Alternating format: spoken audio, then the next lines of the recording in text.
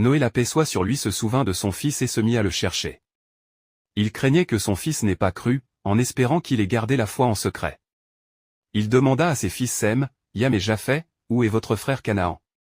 Ils répondirent qu'ils n'étaient pas montés à bord de l'arche.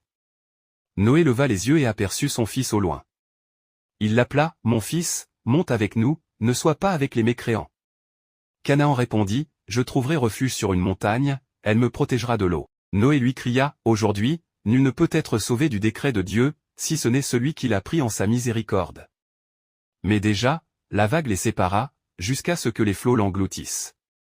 Le cœur de Noé se serra de tristesse, mais c'était le décret de Dieu, et il n'y avait aucune intercession. Tandis que les croyants louaient Dieu en disant, « Louange à Dieu, qui nous a délivrés des gens injustes. » L'arche avançait sur une mer déchaînée, et les flots engloutissaient les mécréants.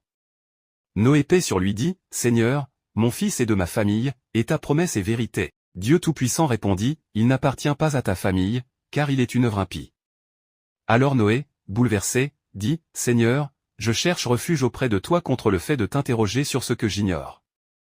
Pardonne-moi et fais-moi miséricorde. » Après de longtemps, Noé resta avec les croyants, priant, invoquant Dieu et le louant pour les avoir sauvés du grand châtiment. Pour s'assurer que le déluge était terminé, Noé envoya une colombe parcourir la terre. La première fois, elle revint avec les pattes sèches, ne trouvant aucun endroit pour se poser. Après il la lança pour la deuxième fois, elle revint avec des traces d'olivier, et Noé comprit que les eaux commençaient à se retirer. La troisième fois, elle rapporta de la boue, signe que la terre réapparaissait. Alors Noé dit, « Ô terre, absorbe tes eaux. Ô ciel, retiens ta pluie. » L'eau baissa jusqu'à ce que l'arche s'arrête sur le mont Joudi. Noé et les croyants avec lui débarquèrent pour repeupler la terre par leur foi et leur obéissance à Dieu.